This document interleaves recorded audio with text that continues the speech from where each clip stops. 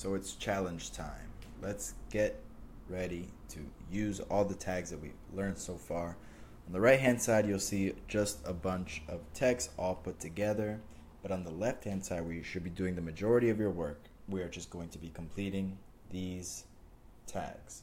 So in this case, we are creating a paragraph element. So not only will it look complete in the visual side as soon as you're done, it's going to give it that spacing. So right away, our right hand side is going to start to look a little bit better. So let's just go ahead and do that. If you think you can handle each one of these, feel free to pause the video now and complete all of them. I'm going to get started in just another second. Okay, so for the first one, what you should have done is opened up a p tag right there and closed it here. That is going to separate this right here as you just saw. Now make a heading tag element. For each one of these, we're going to create a heading tag. So we're going to create our H1s right here. See that because it didn't close, it's already giving me trouble. I'm going to create bam, bam, bam. Oops.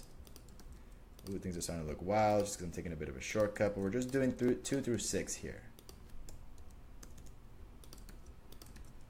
Right? And they wrap around the content and they take the inside and they make it the size that you want. CodePen. Ooh, it's not even doing it this time. Anyway, we're going to fix each of these by including an H2, an H3, an H4, an H5, and H6. So this one's pretty easy. And if you have our paragraph followed by this, you're good. Oh, except I didn't include closing tags on any. So let me go ahead and fix that. All right, looking better already. Now make a strong and italic tag. I'm just going to throw a random one in here. Oops.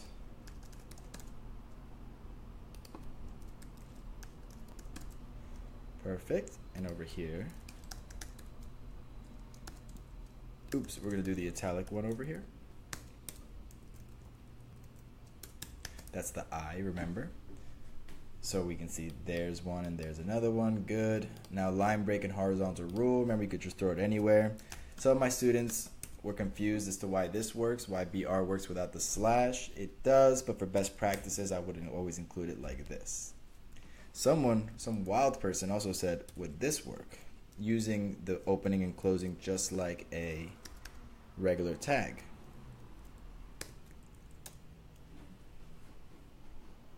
And it looks like it doesn't.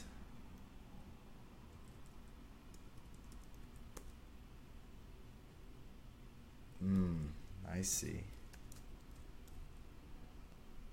Pretty much includes 2. No. So it might seem like it's working, but really it's just including 2 of them because this and this work.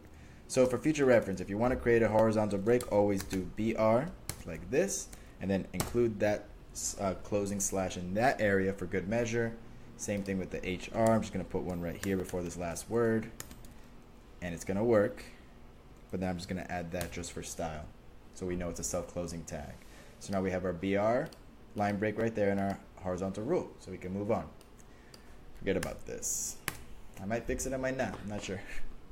There's a couple errors you'll see, and perhaps by the time you're watching this video, some things will be different. But I'm gonna try to keep this lesson, now that I've recorded the video, pretty much the same. I might add some additions that hopefully won't make what I'm saying outdated. Otherwise, I'll try to update it. But little things like that, remnants of a comment that I might have left here.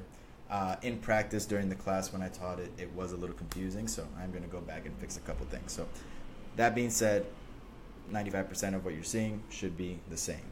But perhaps this here comment will already be gone by the time you watch this video. Okay, here comes the hard one. Let's make a link element. So the first thing we do is we create our A tag. And we close our A tag just for practice so we know where we're going, right? And we go into the first side, the left-hand side, the opening tag, and that's where we're going to put our href attribute. And you can see I spelled href wrong, so you got to watch out for that.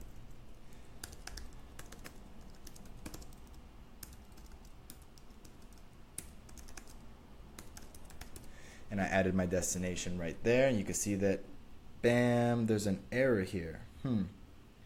What is going on here? Right there. Okay, And the link element now works. So if you click this, you can see down here that it is over here. When I hover, you'll see that it's going to go to google.com. Now it says add a link attribute, add a link with attributes. A little bit of confusion, so I might fix that one. But what I mean is that I want you to create a link element that has an attribute, but this is already an attribute, so we're going to add another one right here to the right, and it's going to open up in a new tab.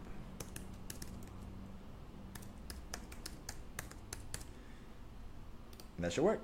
Now this one will open up a new tab. You click it, there it is, new tab. Let's get back here. Image tag. You see I've already provided you the URL. If you take this URL and you put it into your browser, you'll see that it opens up a picture of a puppy, isolated, just like we said we would. And I'm going to create an image tag. See, image tag goes here. Again, these comments are semi-helpful. I'm going to use this one, in fact, so I might keep this. But the point is the same. This is where you should do your work. And I'm going to put in an SRC, close it as I always do. And then I'm going to put in the dynamic value, which in this case is the URL. You put it in, puppy appears. Now it's saying add an image tag with these attributes. So this will definitely be gone. Give the image a width of 200 pixels. So I know that this is our attribute. I know our equal sign is here. I know this whole thing is our value, and it ends with this quotation mark. So to the right of that, I'm going to add a new value, call a new attribute called width. And on that width, I'm going to set a 200 pixel size, which would make the second puppy smaller. And I'm going to get rid of this just so it looks a little bit better. Boom. So if you're seeing this with all of these tags completed, then you've completed this challenge. Congratulations. It's just kind of a refresher for in class when I wanted to quickly whip up just a quick test. The ordering is a little off because if you go on to the next one, it's kind of like the same thing. But in this case, you would have been using a cheat sheet. And the ultimate goal is to have something that looks like this. So we're going to create this one real quick. I am going to keep this open over here. Oopsies. And we're going to try. I'm going to keep this open on another screen. Just take a look. This is what we're going to end up with. I'm going to use a different picture, but I'm going to recreate this. So that's the challenge here. Take this image, either have it here as another tab while you work over here, but I'm going to put it on my second screen. I think it's going to cause an issue, actually. There's a bug that as soon as you work on the second screen, this little cursor glitch comes up, but we can't avoid that for the moment. But I'll remember not to use the second screen during video lessons later. Let's create this, okay? So one more time, this is the ultimate goal. And we're going to create this using our tags. If you have a cheat sheet, you can use it if you want to open up another new tab and go through all the slides again. But I would recommend doing it by memory, and that way you'll know that you have learned something in this class, for starters. So let's do this. Now, looks like there's a H1 on that top one, so I'm going to, oh, this cursor is going to kill me.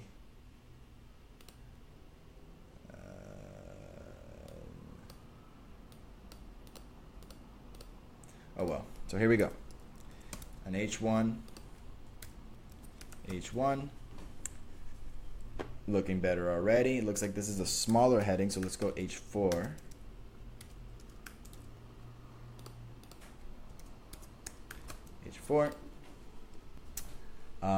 This one just has a couple I tags. You don't have to do it perfectly as long as you do a little bit of it.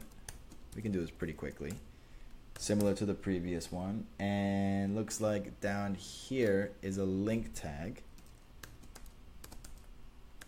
Remember, if you're lost, I'm pretty much recreating everything that's on this page. So if you click it, you'll see a fully built web page with all of our tags, and all I want you to do is recreate it from memory or use the cheat sheet. Looks like we're creating a link, so I'm going to do this the professional way. Just right away, put that there, and then close it. Again, it's up to you how you do that. The link is going to be https www.google.com. So we're done there. Then a horizontal line.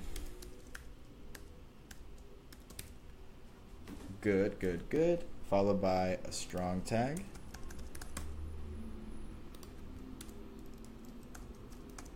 We're looking pretty good. We're getting there.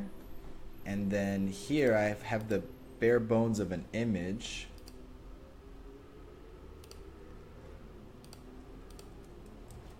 I went and grabbed an image like we taught you before. The image is the isolated image. Remember, it's got to look like this. So I'm going to take this value and put it here. And I'm going to set the, see, it looks pretty small. Remember, this one looks small.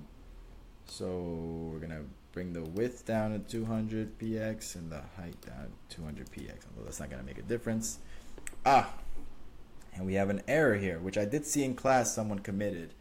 The problem here is that because we're kind of working on these tags, we're leaving a lot of stuff unmarked up, which is confusing. So the only thing I want you to add here that's different is that I want you to have a clear distinction between this area, and this area.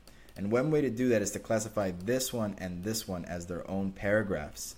And then the image tag will nicely fit in right in the middle. I'll show you. If you add a p tag here,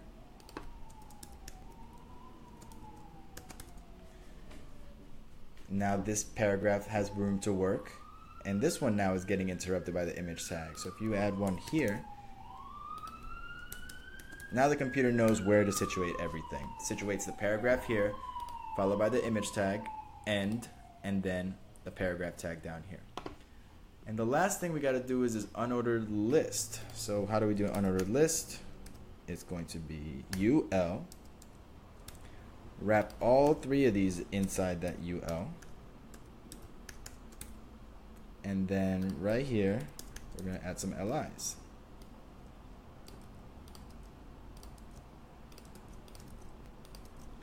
My style is not perfect here, but it really doesn't matter for now.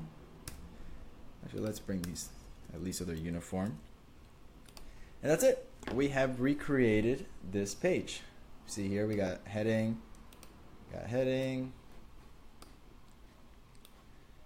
smaller heading, lorem, links, strong, image, paragraph separation, and our lists. Great, so if you completed that, feel free to move on to the next lesson. Well, the next part of this lesson, we're actually going to wrap up with the resources here. So that's it for the HTML section of this course. We're going to be using HTML a lot, lots of refreshers, but just make sure you get the syntax down and you'll be good to go. Now, an advanced challenge. Oof, okay. If you got the skills, you can feel free to research here to learn how to do inline style attributes, which we're not going to be learning at all, actually. We're not going to be doing inline at all. We're going to jump right to creating tags in our style tag next lesson, and then eventually our external CSS, and then inline is just another attribute. So if you want to learn how to do that, you can click it here. I am going to complete this lesson, so feel free to pause the video, and if you're ready, I'm going to start in just a few seconds. We are going to be recreating this page in this case. So here it is. Let's read the instructions. Use an image tag to display an image of a computer. Boom. Wrap the image around a link tag and make it clickable. Cool, it's clickable. Make a border. Make the image open up a link in the new tab. It does. Give a border that's green and 5 pixels thick. Perfect. And add 5 inline styles anywhere else in the project. Okay. So let's recreate this one. It's not going to be exactly the same. It's going to be a different computer. So let's do this.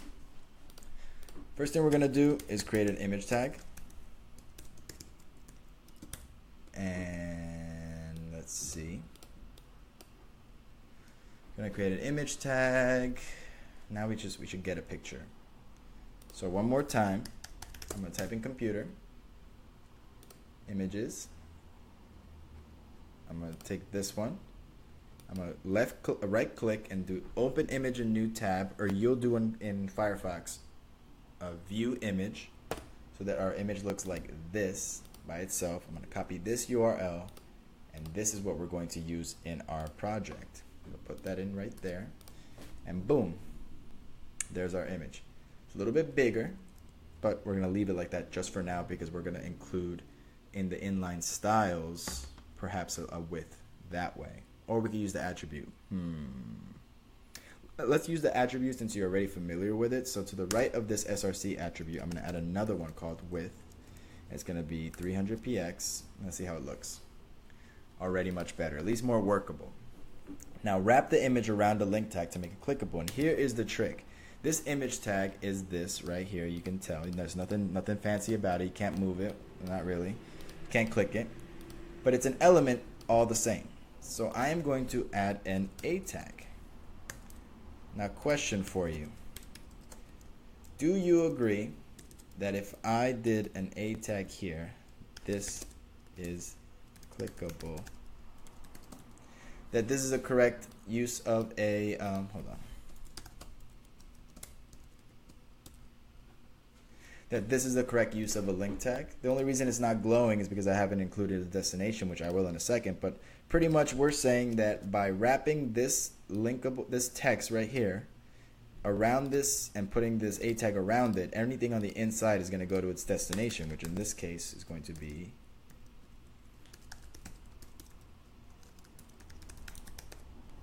right? So we're wrapping this whole text inside of these A tags, and now it goes to Google, as you can see down here. Boom, right there. So couldn't we do that also with a image? We could. This is technically already done. All we need to do is add the href. So what I did is that I created my image tag, I set the width, it's done. And then outside with the image tag as like the meat inside of a sandwich, I'm just going to separate this again so you can see the difference. I'm going to tell the computer, hey, anything inside of this A tag, make it linkable. And in this case, instead of text, it's this image. So we go into our href, into our first tag, and we add our href attribute, and we add our destination.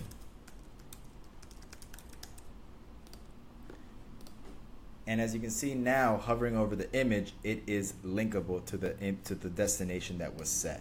Boom. Now we're going to add our target value, our target attribute with a value of underscore blank. This makes the link open up in a new tab, like so. And now all that's left is we want to add a border. So what we're going to do is we're going to include an inline style on the image. You don't want to do it. You don't want to do it on the link tag because it won't work as well. You want to do it on the image. So over here, to the right of width, like any other attribute, I'm going to include a new attribute called style that we haven't worked with. And it also takes values. Now, inside of here, we're going to write real CSS. This is why I'm not going to teach it, because it's a little convoluted, but pretty much as soon as you have the style attribute, you can add any CSS you want separated by semicolons. So we'll learn this in the next lesson, but the very first one I'm going to add is a border.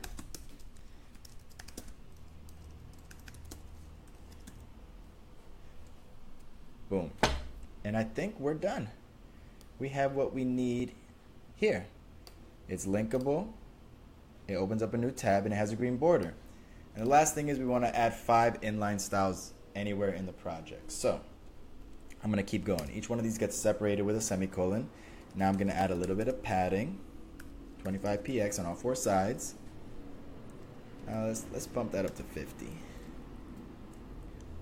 That's 1, 2, 3 more. I'm going to add some margin on all 4 sides to kind of center it a little bit. Cool. That's 1, 2, 3. I'm gonna add opacity, even though it's not gonna look good, but at least you'll see that this is possible. See, it's a little bit clearer now. And I'm actually gonna change the border style to be dashed. And it worked. So I added my 5 inline styles: border, padding, margin, opacity, and border style. and has the green border as discussed, and the whole image is linkable and opens up to a new tab. And we're done with the advanced challenge. Congratulations if you got this far. Make sure you rewatch this part if you want to really get into it. And I know I said this is going to be the last video, but this one went on a little bit longer than I expected. So we're actually going to do the resources and the homework and the closing in a very short final video for this section. I'll see you in that one.